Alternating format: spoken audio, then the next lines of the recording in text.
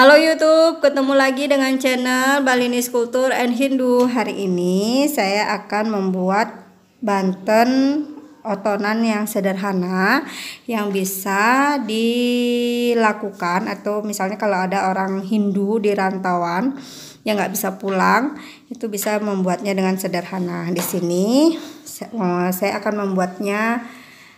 Pertama-tama itu saya akan membuat sodenya yang akan diaturkan untuk para leluhur. Itu di sini ada saya pakai nari. Kemudian ini alatnya bunder ya. Ada pisang. Kemudian ada buah-buahan. Kalau buah-buahannya terserah sesuai dengan kemampuan dan selera. Kemudian ada nasi sodenya.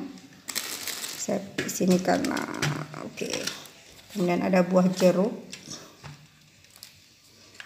Jeruknya banyak. Jeruknya banyak. Iya, jeruknya banyak.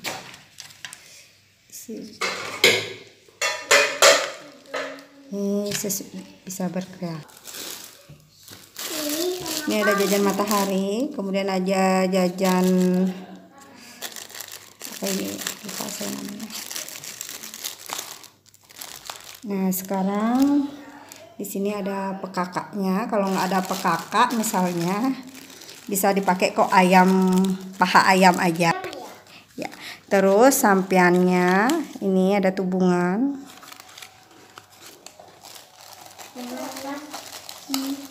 Pipa uangnya.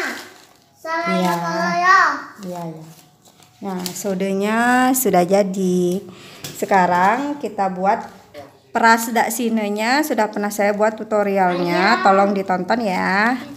Jadi ada bantennya, ada prasda sine, kemudian ada sode alit. Sodenya juga udah pernah saya buat tutorialnya, mohon ditonton. Kemudian ada rake daupannya, juga sudah sering sekali saya buat tutorialnya, tolong ditonton. Nah, di sini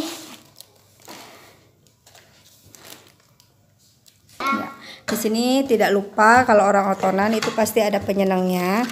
Ada uang gepengnya diikat dengan apa namanya ini, benang tertebus. Ini penyenangnya, sesari penyenang. Ini penyenangnya ya.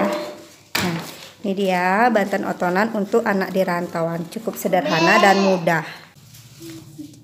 Demikian dulu tutorial saya tentang membuat banten otonan secara sederhana.